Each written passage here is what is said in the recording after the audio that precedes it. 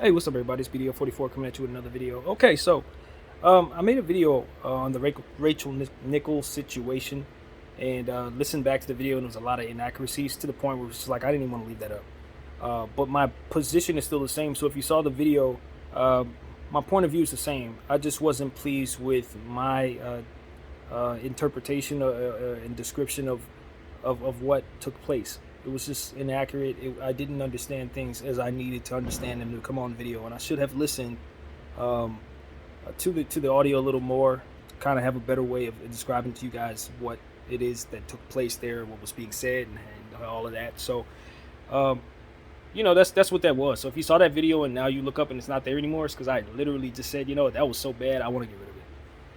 But anyway, that doesn't happen too often. But sometimes it's just like, nah, I don't want to leave that up. It's just inaccuracies that I couldn't live with.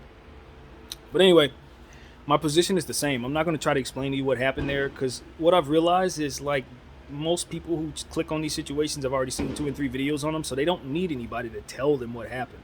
A lot of the time, what they more so need from people like myself is their opinion on what happened, and what they think in regards to the information that's already out there. So I'll try to do a better job of doing that more so going forward, because I'm not the greatest person at quoting things and things of that nature. So let's just move forward. Now, as far as this Rachel Nichols situation is concerned, I just really think that she's been set up by someone who may be an enemy, based on the timing of when this information and when this audio was released. 4th of July, seems kind of funny to me. So my thing is she a racist? I don't know. Who knows, right?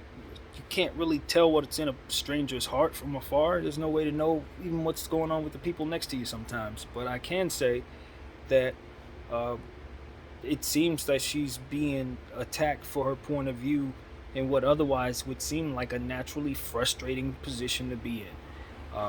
So that's my point of view. I think that the ESPN as a network looks just as bad as she looks at this point for uh, kind of doing a lackluster job at uh, creating an environment from which diversity doesn't have to be such a struggle. It should not be such a struggle.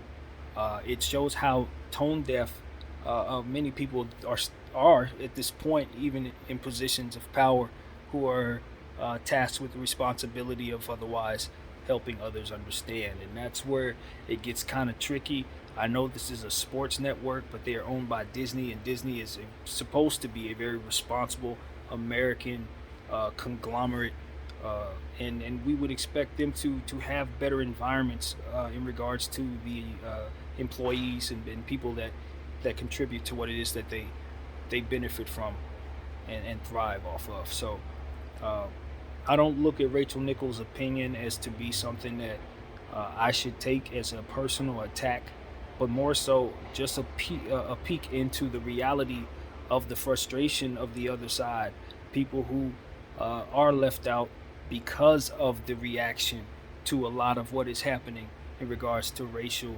awareness, and different things that we're really focused on right now in this era. There are some people who are going to have to take L's. There are some people who are going to get the short end of the stick, and this is how they feel.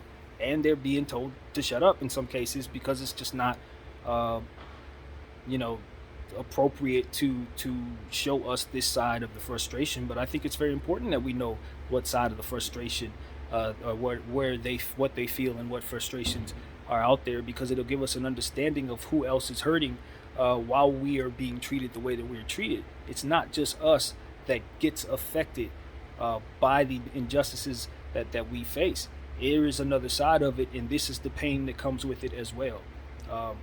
And this is a silent pain, and they're suppressed, and that's a dangerous thing. When you have people who feel suppressed in how they feel and they can't speak out, what you end up having is a resentment that's built that otherwise wouldn't be there if they could just say, yo, this is how I feel, and maybe I'm not going to be received well for it, but at least I got it out of my system, and at least I can learn to have a conversation, or I can have a conversation that could help me learn, or what have you. From there, transparency can be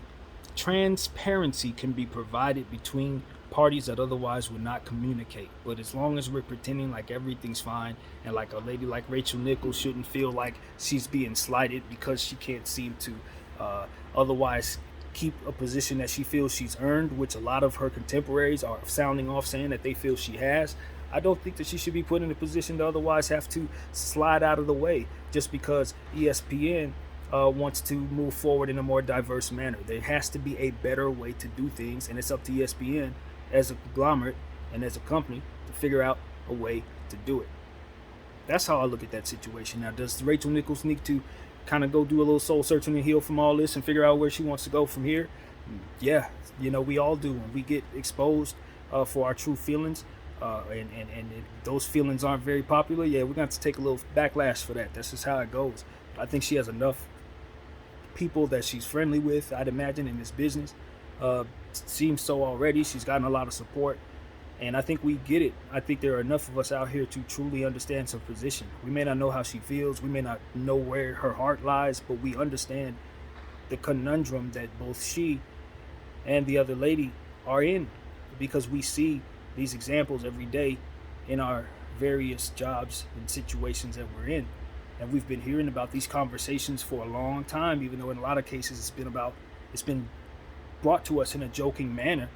But there are people out there who are suffering some losses and not getting promotions and being told to step aside so that companies can look good, because they haven't done a good job of looking good in regards to being diverse and diversity and how they handle people who just look different and think different and pray different and love different. Coming around to just being better.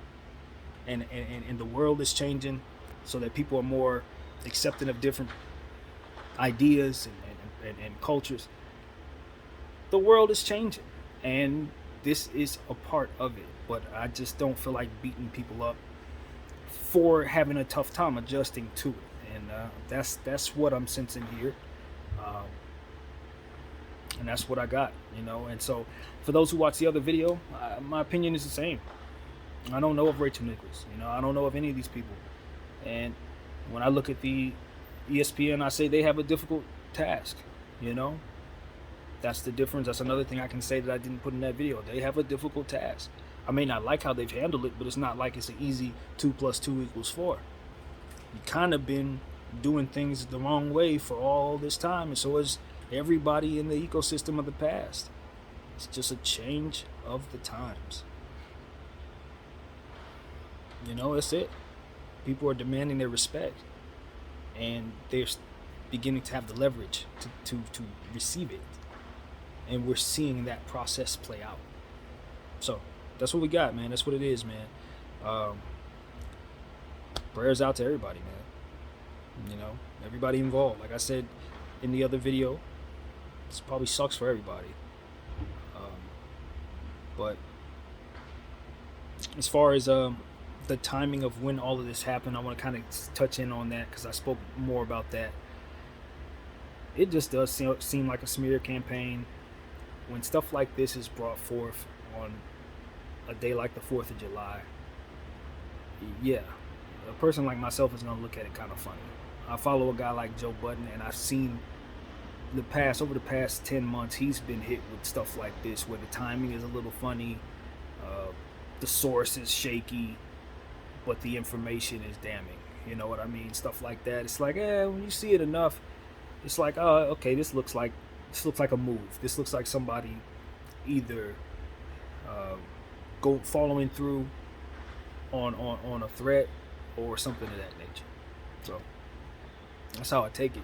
And as far as myself, I don't appreciate it as a consumer because I feel like I'm being manipulated to, feel or think a certain way about someone based on someone's attacking them. Someone attacking them, someone having a personal vendetta against them, someone not necessarily caring about the information coming my way as it pertains to it being wrong, if it is indeed a wrongdoing, but more so about doing something personally wrong to the person that's been accused. So that kind of energy I don't respect.